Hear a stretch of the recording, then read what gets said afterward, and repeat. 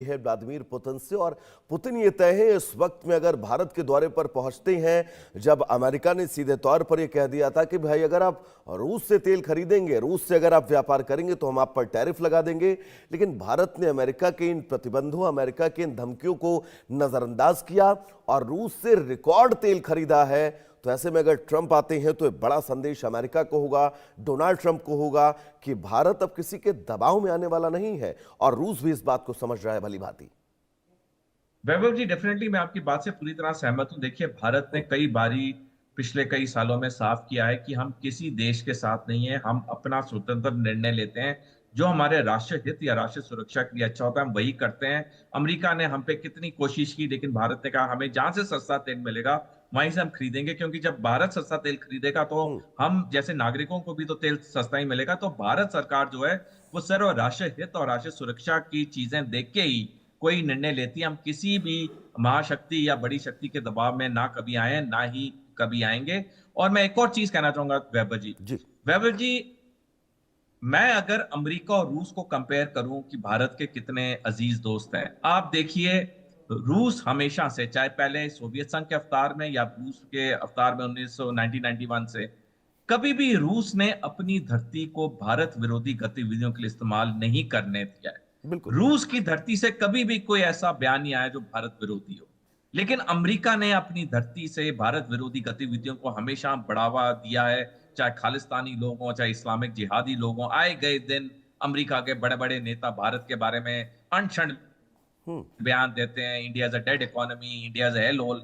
तो अगर मेरे को दोनों देशों में चूज करना पड़े, मैं आंख बंद करके रूस पे विश्वास करूंगा, क्योंकि रूस ने प्रूफ किया है कि ये हमारा सच्चा और अटूट मित्र है। इसने कभी भी भारत की तरफ कोई गलत चीजें नहीं ना होने दी हैं, ना ही उसने वहां पे कभी ऐसे कही। सुरेश साहब, ये बहुत महत्वपूर्ण जानकारी है और इस जानकारी के बीच ये समझना होगा 2 दिवसीय जो ब्रिक्स सम्मेलन है, इसमें सऊदी अरब भी शामिल है। और सऊदी अरब के भी अगर शीर्षस्थ नेता भारत पहुंचते हैं तो बड़ा संदेश पाकिस्तान को भी होगा, क्योंकि पाकिस्तान ने जिस तरह से मक्का ट्रीटी में सऊदी को अपने साथ शामिल किया है, लेकिन सऊदी के प्रिंस का यहां पर पहुंचना ये पाकिस्तान के लिए भी बड़ा संदेश होगा। सर देखिए वैभव जी, पाकिस्तान के लिए तो संदेश होगा, लेकिन जब कोई देश लिखित तौर पे कोई संधि को साइन कर देते हैं तो वो संधि को पालन करने में बाध्य हो जाते हैं। तो सऊदी अरेबिया के रॉयल प्रिंस का यहाँ आना का मतलब ये नहीं कि वो मक्का ट्रीटी खत्म हो गई है और कोई अभी उनमें सांठगांठ नहीं रही है। जी। मैं इतिहास एक एग्जाम्पल देना चाहूंगा।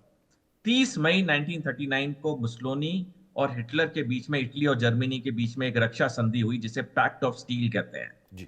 जब 25 अगस्त को 1939 को हिटलर ने मुसोलिनी को फोन करके कहा कि मैं 6 दिन बाद हमला करने वाला हूं पोलैंड पे, तुम अपनी सेना को तैयार रखो मेरी मदद के लिए।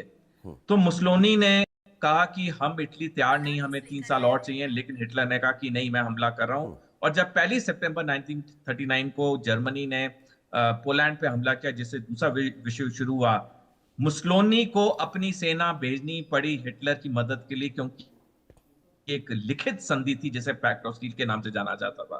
तो जब चीजें लिखित में आ जाती हैं, उनका जो कॉम्प्लेक्शन होती है, डायमेंशन होती है, पूरी बदल जाती है। इसीलिए ये जो मक्का पैक्ट है, मैं कई बार कहता हूं, ये दो देशों के लिए बहुत खतरे वाला पैक्ट है, एक इजराइल के लिए और एक भारत के लिए। तो हमें सऊदी अरेबिया के क्राउन प्रिंस का यहाँ आना, इसके साथ मक्का पैक्ट पे कोई फर्क नहीं पड़ेगा, क्योंकि वो लिखित एग्रीमेंट है जिसमें तीनों देशों ने ये साइन किया हुआ है।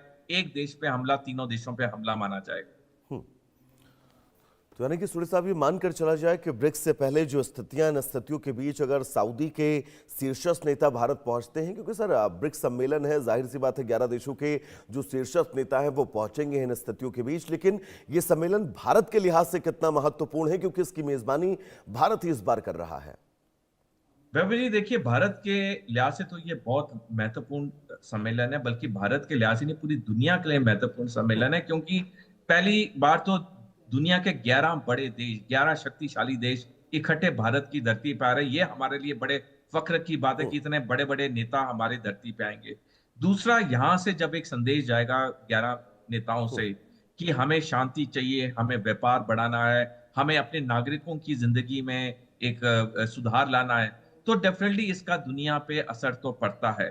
तो जब ये सारे अहम लीडर्स भारत आएंगे, ये दुनिया को बहुत बड़ा संदेश जाएगा और मैं तो मानता हूं कि ये भारत के लिए बहुत एक गर्व का मौका है और सारे बाकी 10 देशों के भी हेड्स ऑफ स्टेट को आना चाहिए ताकि हम दुनिया में शांति बहाल कर सकें। अब दुनिया के 9 अरब लोग बहुत दुखी हैं, इतनी वो महंगाई हो रखी है, इतने लोग आए गए मर रहे हैं, कोई शांति का नाम दिख नहीं रहा। ये एक सुनहरा मौका है पूरी दुनिया के लिए और स्पेशली तभी मैं कह रहा हूं बार बार, ये 11 देशों के सारे लीडर्स को यहाँ पे आके हमें दुनिया में शांति बहाल करने की पूरी कोशिश करनी चाहिए। ब्रिक्स सम्मेलन खास क्या है सर इस बार, ये भी जानकारी हमारे दर्शकों को दे दीजिएगा इस बार ब्रिक्स में खास। देखिए ब्रिक्स में जो इस बार खास है वो ये है कि जिस बैकग्राउंड में हो रहा है वो सबसे इसको महत्व या खासियत देता है। बैकग्राउंड ये है कि दुनिया में कितने जंगें चल रही हैं, चाहे रूस यूक्रेन हो, इजराइल हमास हो, इजराइल लेबनान हो, इजराइल सीरिया हो, अमेरिका ईरान हो, शांति कहीं पे भी नहीं आ रही है। हम सोच रहे हैं शायद ये इस वक्त का आखिरी जंग है, कुछ हफ्ते बाद दूसरी जंग शुरू हो जाती है। तो इस वक्त पूरी दुनिया की जो आंखें हैं वो इस ब्रिक्स समिट पे हैं, क्योंकि यहाँ पे दुनिया के बड़े बड़े नेता आएंगे और खासियत इस समिट की तब ज्यादा होगी जब सारे नेता आके मिल के दुनिया में शांति का बहाल करें, जो कि मेरे को पूरी उम्मीद है कि ये जो ब्रिक्स समिट होगा भारत में, ये गेम चेंजर होगा, ये दुनिया में शांति लाने की बहुत बड़ी ये एक सफलता होगी। क्योंकि आप याद करिए G20 का वो भव्य आयोजन जब भारत ने भारत मंडपम में किया तो पूरी दुनिया ने इसकी बढ़ चढ़ कर तारीफ की।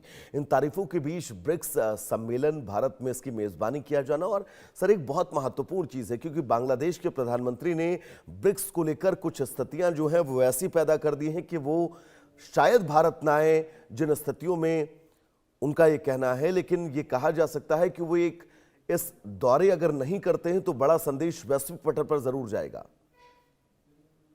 देखिए डेफिनेटली अभी तक भी ये भी कंफर्म नहीं कि बांग्लादेश के प्रधानमंत्री आएंगे, लेकिन मैं तो ये फील करता हूं उन्हें आना चाहिए। देखिए कुछ कुछ बातें होती हैं जो टाइम लगता है सॉल्व करने में, लेकिन अगर वो आएंगे तो भारत बांग्लादेश के बीच में रिश्तों की एक नई मोड़ आ सकती है।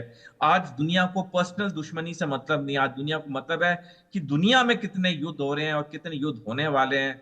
तो डेफिनेटली अगर सारे बाकी 10 देश के हेड्स ऑफ स्टेट भी यहाँ आएंगे तो ये समिट बहुत सफल होगा, दुनिया में आप शांति बहाल करने की कोशिश कर सकते हैं। तो मेरी राय में तो बांग्लादेश के भी प्रधानमंत्री को आना चाहिए। बाकी जो मुद्दे हैं वो भारत सरकार और बांग्लादेश सरकार के बीच में टाइम के साथ सारे रिजॉल्व हो जाएंगे। ऐसा कोई चीज नहीं होती जो रिजॉल्व नहीं हो सकती। जब हम स्कूल में पढ़ते थे बिल्कुल, और ये समझना होगा बांग्लादेश को भी कि भारत के बिना आपकी स्थितियां जो हैं वो अधूरी ही रहेंगी। आप अपनी जिद छोड़िए, यहाँ पर आइए और भारत से अपने रिश्तों को और प्रगाढ़ करिए। फिलहाल सोढी साहब आपका बहुत बहुत शुक्रिया हमारे साथ जुड़ने के लिए, इस तमाम जरूरी जानकारी को हमारे